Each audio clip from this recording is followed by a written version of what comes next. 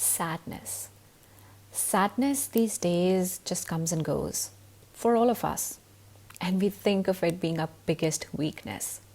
And nobody got time for being weak. So we fight it. We avoid it. No wonder it keeps getting worse. But I'm here to tell you that it's perfectly okay to feel sad, or anything at all for that matter. Otherwise, how are we going to appreciate happiness? Here are a few things I do when I just wake up feeling really, really sad for no reason at all. Number one, get the fuck out of bed. You can dwell on your sadness as much as you can, and bed is the most tempting place to do that. It's easy, it's comfy, it's cozy to think about all the things that make you sad and how life is being unfair to you right now. So set small goals. Small goals like sitting up, getting out of bed, showering, and make sure you reward yourself mentally for achieving these goals. Here's a little trick that works for me. 5, 4, 3, 2, 1.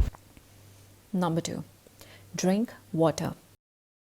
I may not know everything about my life, but all I know is 99% of my problems are because I do not wake up early, and the rest 1% is because I don't drink enough water. So drink your water. By now, you should know how important water is and that you shouldn't really wait until you're thirsty to drink, because by then dehydration is already setting in. I struggle drinking enough water myself, so I make sure 1, I have a big 1.5 liter water bottle, and 2, I drink majority of my daily water intake before 12 p.m.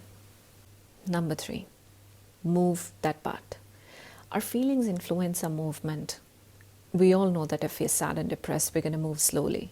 If we're anxious, we're either going to move too rapidly or just get flustered and paralyzed, right? What you may not know is the connection between our brain and our body is a two-way street. If our feelings can influence our movement, then a movement can also influence our feelings, right? So move. I promise you'll feel better. I know this is difficult, but do what works for you. Set small goals.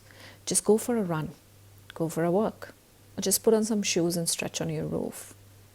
This particular day, I said to myself, I'm only going to go to the gym, I'm only going to walk on the treadmill for 5 minutes and I'm going to come back. That's it. No big deal, right? Those 5 minutes turned to 10 minutes. Stretching turned to doing my favorite exercises.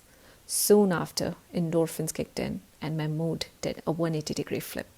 Trust me, it works. Number 4, clean the clutter. Our environment is a reflection of our mental state. I consider myself a rather clean and organized person, but every few weeks there comes a point where shit just keeps piling on. So my environment on those days look perfectly like my mental state. Chaotic, unorganized, unmotivated. Remember, cleanliness is a form of self-respect. Respect yourself enough to live in a clean environment. One thing you want to keep in mind is to start small. The goal here is to clear your mind with the physical aspect of clearing clutter. So take it slow and start by one thing at a time. Do not overwhelm yourself. Number 5, eat something. Feeling sad or depressed affects your appetite in different ways. Some people may feel not eating at all, and some might overeat. Be mindful of getting the right nutrition. Earlier, I used to think I deserve a pizza when I'm feeling sad. And though it did satisfy my soul, it also made me feel all the more sluggish and lethargic physically. This day, I barely needed good old dal chawal, so that's what I made. Also, thank your stars if you have your mom or your spouse to do the cooking for you. Rest of you like me who have to feed your own self, just eat a spoon of peanut butter if you don't feel like cooking. But eat something nutritious. Don't go for the junk. Number 6, write.